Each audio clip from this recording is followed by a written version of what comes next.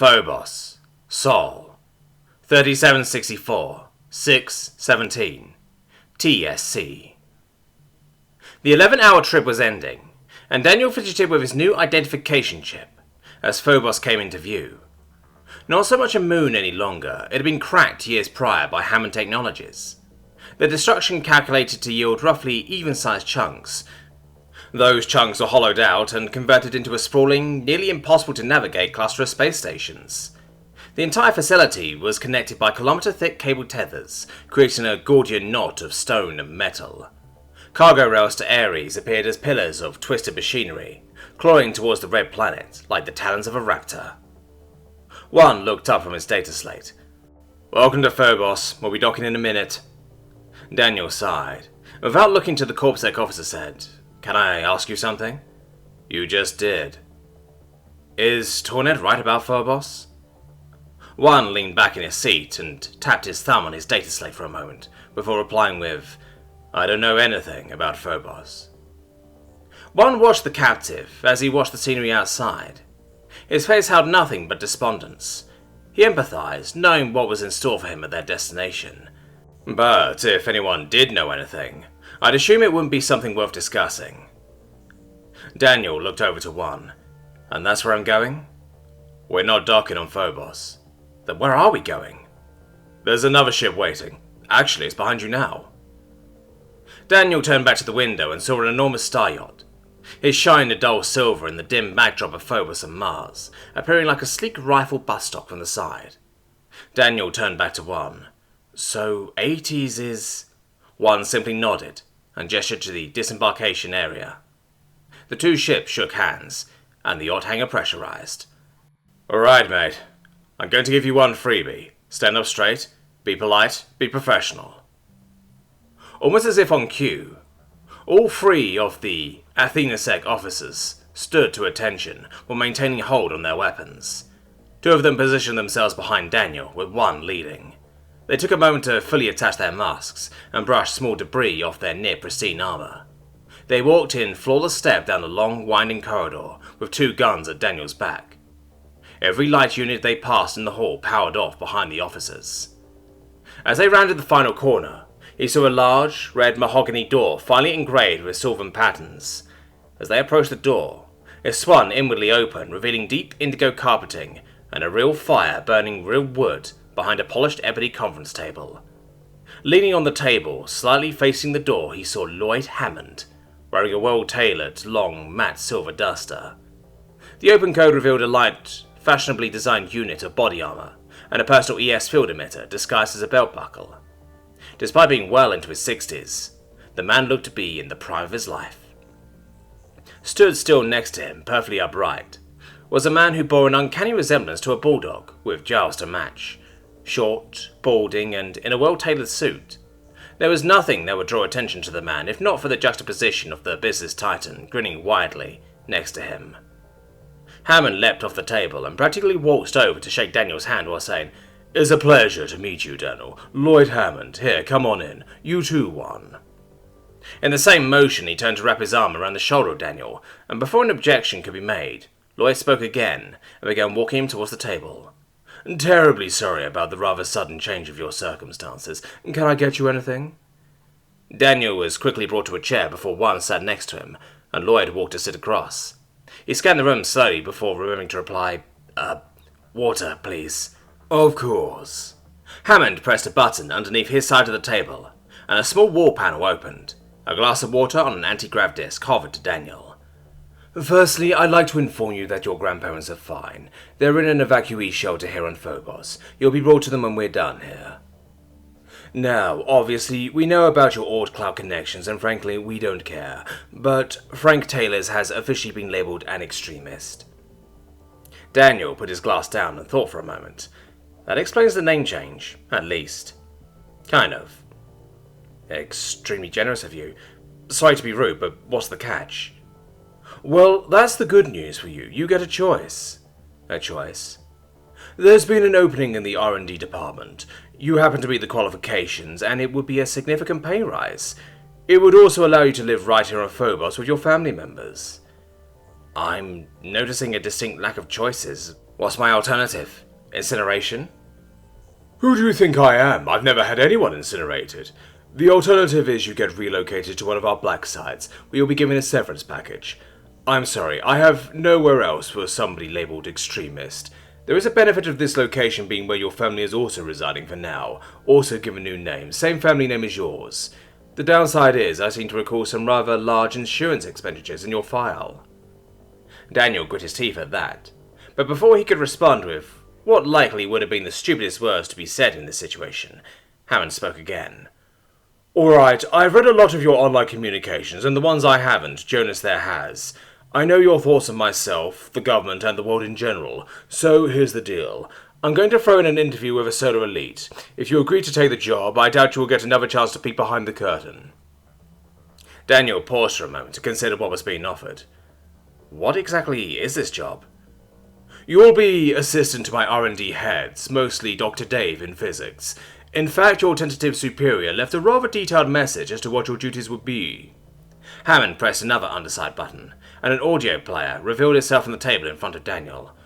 Although, if you play it, you need to take the job. Some of that material is quite sensitive, and I can't trust you to just leave with it after. Daniel wired the play button on the device. What's the pay? Another button was pressed, and an employment contract came onto the holodisplay in front of Daniel, detailing benefits, bonuses, overtime, base salary, and the standard 973-page HR form. The numbers were more money for a 12-year contract than anyone in his living memory had made in their lifetimes. He looked at Hammond from the documentation. I'd like to ask one question before I make a decision, please. Go ahead. Does anyone actually know what the hell is going on with the Sol system right now? Hammond leaned back and gently tapped the table as he thought, before responding with, I doubt the people who know what's going on even know what's going on. Daniel sighed and looked down at the playback device, not seeing any choice or any ways things could get worse, being honest. He pressed play and listened, as the room filled with Dr. Dave Johannesburg giving 689 reasons as to why R&D needs an intern. Terra Ameriblock, Presidential Office, Sol, 3764, 617, TSC.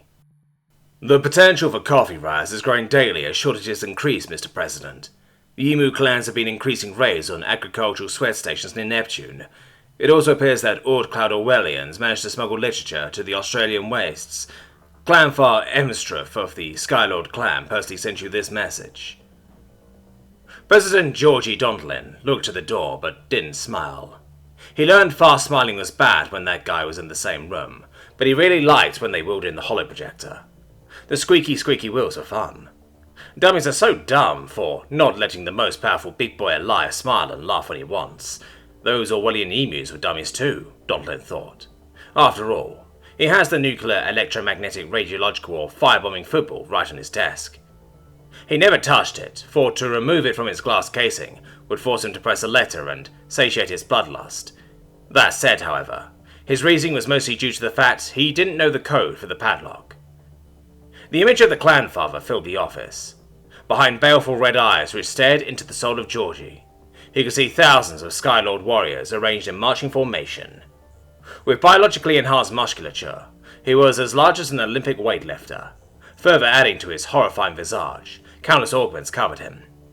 From the screech emitter, to the fusion chain talons and anti-missile point defense systems, the most intimidating in Dontlin's mind were the Utmil-grade anti-grav wings with attached strafing miniguns.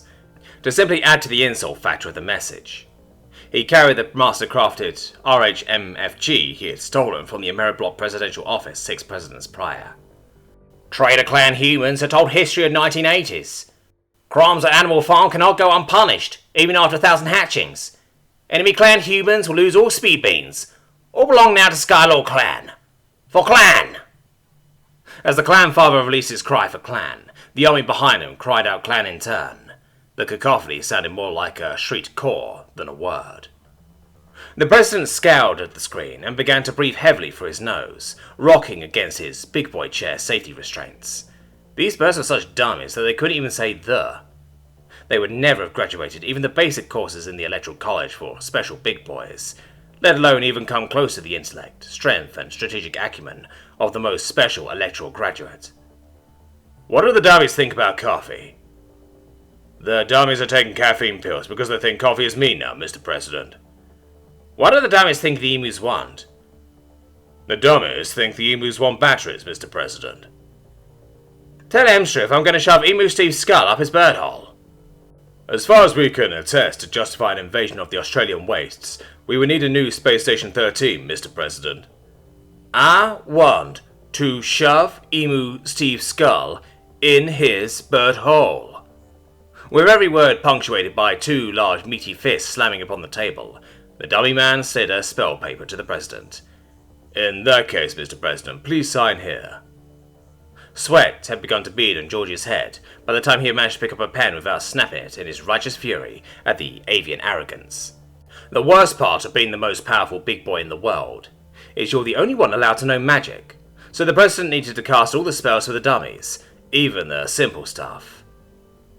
Jorge Dunklin.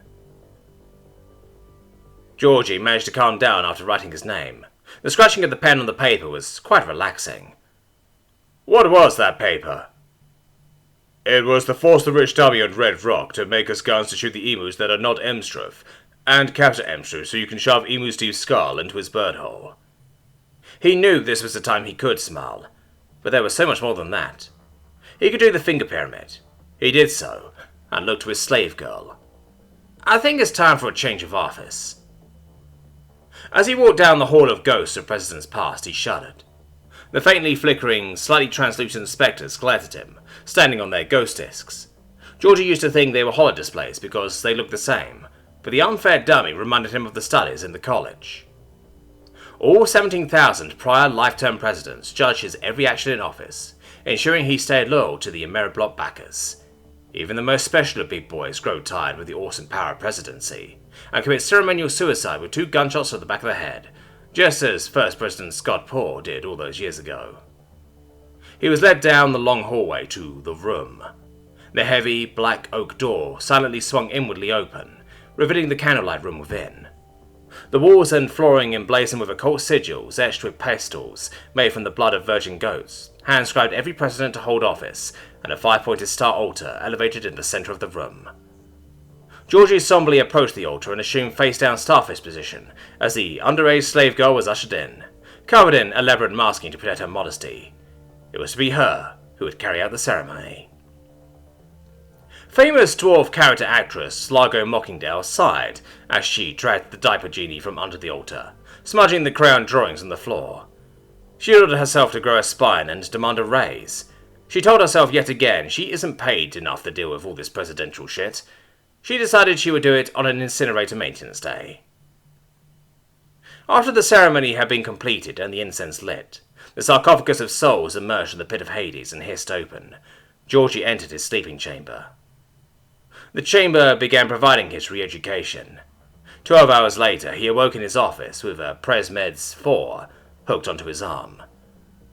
"Good to see you awake, Mr. President. You fainted again." Georgie blinked and looked around his office, feeling as if he wasn't quite awake or asleep. Must be a fresh IV. "Oh dear, at least I wasn't on the plane this time. Has Unfair called?" "Your meeting with the Executive Order panel is until tomorrow morning, Mr. President. Try to get some sleep." His nurse was so sweet, always letting him sneak some quick sleep in the office. Such a shame he never remembers to ask the dwarf her name, he thought. He decided to ask her when he wakes up, however.